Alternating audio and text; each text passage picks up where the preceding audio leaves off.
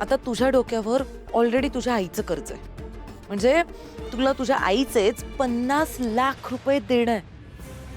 त्यात आणखी तू त्या क्लब ओनरची पण उधारी करून ठेवलीस 10 लाखांची. अरे कर्जाचा डोंगर उभा राहिलाय तुझ्या डोक्यावर प्रीतम. बर, या सगळ्या कर्जामुळे तू दामिनीचा नेकलेस चोरलास. चोर झालास तू. शी. बर, चोर बनून तुझं मन नाही भरलं म्हणून आता ड्रग डीलर पण झालाय. अरे प्रीतम, काय करतोयस तू? काय करून घेतलंयस हे सगळं तू? हा, एका चुकीतून बाहेर पडण्यासाठी अजून एक दुसरी चूक करून ठेवलीस.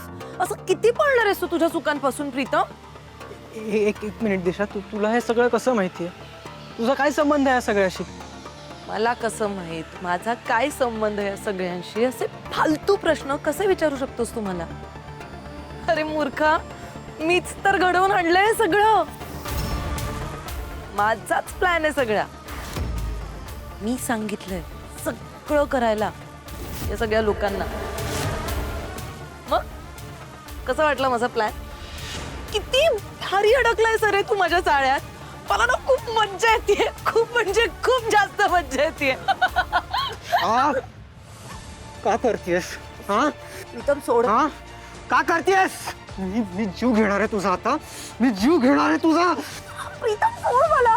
हे बघ, तू माझा जीव जरी घेतलास आणि मी आज पेले तरी तुला जेलमध्ये चढायला जपत लागणार आहे. कारण की तो व्हिडिओ पोलिसांपर्यंत पोहोचवण्याची पूर्ण व्यवस्था केलेली. पण प्रीतम, मी आता जर जिवंत राहिले तर मी तुला वाचवू शकेन. बाहुळट, गळा काय धरतोयस? हे बघ, मी जिवंत राहिले तर मी तो व्हिडिओ पोलिसांपर्यंत जाण्यापासून थांबवू शकते. फक्त त्यासाठी एक अट माझी. तुला माझं सगळं ऐकावं लागेल आणि मी सांगेन तसंच सगळं करावं लागेल. माझी एव्हरी ऑर्डर तुला फॉलो करावी लागेल, तरच मी तुला वाचवू शकेन. चले, मी आधी पण तुझं कधी ऐकलं नाहीये, आताही ऐकणार नाहीये, कळलं? As you wish. मी तर चांगली हेल्प करण्याचा प्रयत्न करत होते, पण तुला तुझा हट्ट आणि तुझा माज सोडायचाच नसेल तर मी काय करणार?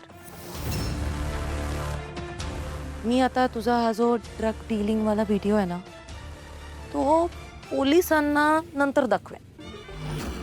आधी तुझ्या आईला दाखवते. मग बघूया तुझी आई काय करते, की स्वतःच पोलिसांना बोलवून तुला त्यांच्या हवाली करून टाकते. तू काय आमच्या जेलमध्ये सडणार. वाव, मॅनेज कर तुझं काय ते. नको आहे ना हेल्प, मी जाते. अरे देवा, ही दिशा आता खरंच आईला सांगायला गेली की काय? ही काय करेल ना त्याचा काही नेम नाही. आधीच आई नाराज आहे, त्यात मी ड्रग्स सप्लाय केले हे जर तिला कळलं ना तर ती कधीच माफ करणार नाही मला. कसं थांबवू मी हे सगळं? काय करू मला काहीच कळत नाहीये.